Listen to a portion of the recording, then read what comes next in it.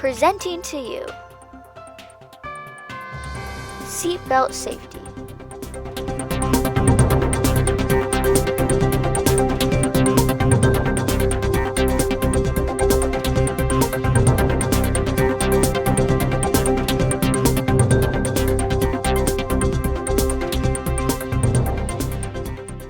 Okay, I'm just going to ask you a few questions about seatbelt and seatbelt safety. So do you wear a seatbelt regularly? Yes, I try to always wear a seatbelt.